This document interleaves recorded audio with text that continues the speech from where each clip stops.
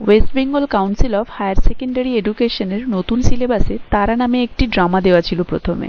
ওটিকে change করে এখন Riders to the C নামে একটি ড্রামা অ্যাড করা হয়েছে, যেটি আজকে আমাদের পাঠ্য বিষয়। দেখো, riders to the sea by John Millington Synge. সরাসরি লাইন বাই লাইন ড্রামাটি পড়ার আগে আমরা ড্রামা সম্পর্কে কিছু জেনে নেব। দেখো, জে.এম. সিঞ্জ হচ্ছে একজন আইরিশ প্লেরাইট এবং পোয়েট।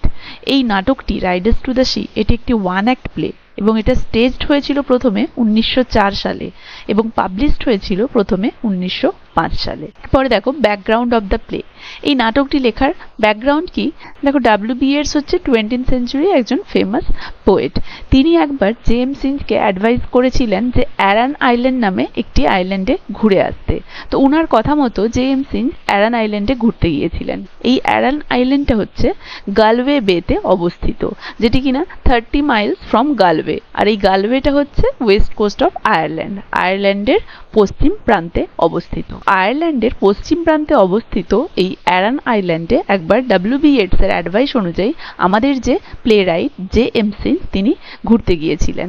এই অ্যারান আইল্যান্ডটি মূলত 3টি দ্বীপ নিয়ে গঠিত: এনএসমোর, এনএসম্যান এবং এনিশিয়ার, এবং এটি সিচুয়েটেড ইন গালওয়ে বে, যেটা কিনা 30 miles from Galway, west coast of Ireland. এখানকার মানুষেরা ছিল extremely backward and economically primitive. People were extremely backward and economically primitive. তাহলে এখানকার মানুষজনের জীবনযাত্রা ছিল এক্সট্রিমলি ব্যাকওয়ার্ড। এখানকার আদিবাসীদের জীবনযাত্রা পুরনো দিনের এবং economically primitive.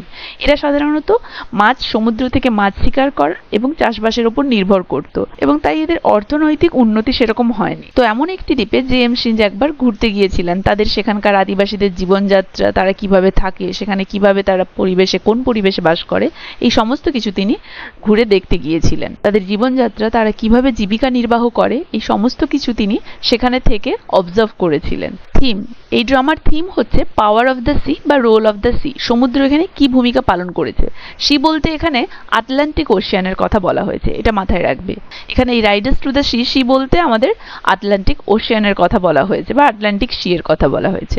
Universal motherhood, fate and morality, life is a journey to the death and struggling of the people of the island. এটা হচ্ছে এই ড্রামার থিম। সেটিং কি? এই ড্রামার প্লেস হচ্ছে 3 আইল্যান্ড অ্যান্ড কোনেমারা, মানে অ্যারান আইল্যান্ডের ওই 3টে দ্বীপ এবং কোনেমারা নামে একটি জায়গা হচ্ছে এর প্লেস। আর টাইম, এই ড্রামার টাইম সেটিং হচ্ছে 1898 টু 1903। এই ড্রামাটি হচ্ছে এই সময়ের মধ্যবর্তী। অ্যাবাউট দ্য টাইটেল, টাইটেল সম্পর্কে কি বলা হয়েছে? দেখো, এই ড্রামার টাইটেল হচ্ছে Riders to the Sea. Sea বলতে আমি আটলান্টিক ওশিয়ানের কথা বলেছি, এবং রাইডার্স, এখানে রাইডার্স বলতে কাদেরকে বোঝানো হয়েছে? মৌরিয়াস। মৌরিয়াকে না main character of the play, যে এখানে মায়ের ভূমিকা পালন করছে বা heroine of the play. Maurya's father in law, husband and her 6 sons, মানে তার শ্বশুর, হাজব্যান্ড এবং তার যে 6 জন ছেলে, তারাই এখানে রাইডারের ভূমিকা পালন করছে। রাইডার্স বলতে তাদেরকেই বোঝানো হয়েছে।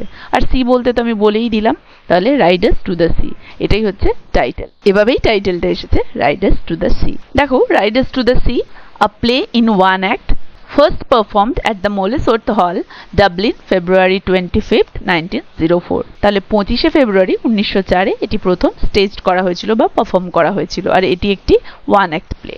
পার্সনস, এই ড্রামার ক্যারেক্টার্সরা কারা? এই ড্রামার ক্যারেক্টারগুলো আমরা দেখে নেব। মৌরিয়া, মৌরিয়াকে অ্যান ওল্ড উইমেন, এটা হচ্ছে যারা ওই চরিত্রে অভিনয় করেছিলেন, অনার লেভলে। তারপর হচ্ছে বার্টলে, হার সন, মানে মৌরিয়ার সন হচ্ছে বার্টলে, বার্টলের ভূমিকায় অভিনয় করেছিলেন ডব্লিউ.জি. ফে। ক্যাথলিন, ক্যাথলিন হচ্ছে মৌরিয়ার ডটার, তার ভূমিকায় অভিনয় করেছিলেন সারা অলগুড। নোরা, নোরা হচ্ছে আরেকজন মেয়ে মৌরিয়ার আর ইয়াঙ্গার ডটার। নোরা, নোরা হচ্ছে মৌরিয়ার ইয়াঙ্গার ডটার, এবং এর ভূমিকায় অভিনয় করেছিলেন এমা ভার্নন। এবং ম্যান অ্যান্ড উইমেন, এবং অন্যান্য ম্যান অ্যান্ড উইমেনরাও এই নাটকে রয়েছে। আশা করি ড্রামাটা লাইন বাই লাইন শুরু করার আগে ড্রামার background, theme, setting, publication, writer, character সমস্ত কিছু সম্পর্কে সবার ক্লিয়ার আইডিয়া হয়েছে। কারো কোথাও অসুবিধে নেই। লাইন বাই লাইন ড্রামাটা আমরা পরের ভিডিওতে পড়বো। একই ভিডিওতে টেক্সটটা শুরু করলে অনেকটা বড় দাঁড়িয়ে যাবে। আজ তাহলে এতদূর পর্যন্তই।